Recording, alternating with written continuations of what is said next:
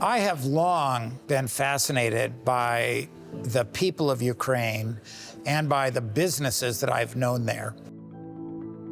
So I often hear about organizations that are being super innovative here in Ukraine that might not make the headline news back in the United States, but that are really incredible innovators. And I admire innovation. And so for that reason, I've always enjoyed coming to the Ukraine. And so that's why I'm here now. Well, clearly in times of war, it's hard to think about business as usual. And yet at the same time, all of us have to be able to continue to make money and keep our people employed and pay for what needs to be paid, right? We got to keep the plane flying. I feel humbled trying to answer a question about wartime that will be heard by the people of Ukraine because you are experts at this. Reading in the news about what you are going through, my heart goes out to you. So I feel somehow cheap to be talking about how important it is to be keeping your businesses going when you're dealing with life and death. You're dealing with your own families, and you're dealing with the trauma that war brings to everyone, but especially the children. But the reality is, we have to keep our businesses going. As responsible adults and as leaders in our organization, we have to help our people realize that keeping their businesses going is essential for Ukrainian survival.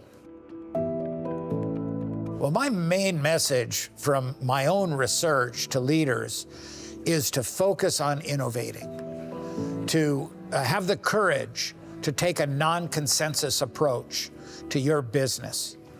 I'd also like to add that there's no better time to focus on the sustainability of your operations than in times of war.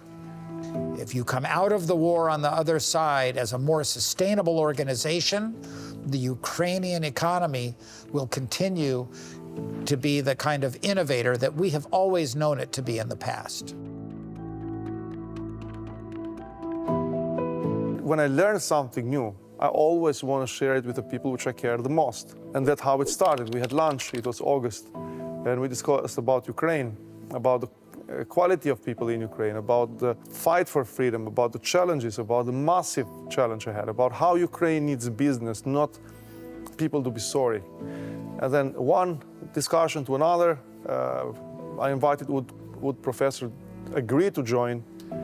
He said yes, and here he is. And I hope this is only the first of a stronger collaboration with Stanford, which is one of the worldwide business accelerators. And I'll do it as much as I can. So my purpose here is to basically use every connection I have, everything I know, to make an impact. And bringing him here is part of making an impact. That by having probably the top lecture of the world, from the top business school of the world, would affect this very senior group of people to see the world a bit different. And a bit is enough, not a lot different, a bit different. Applying few of these thoughts in their job, lead by design. As the professor mentioned, it's not our job as leaders to know the best, it's our job as leaders to create an environment that talent can flourish, that ideas can come up, that innovation can flourish, and then we can bring those to our customers.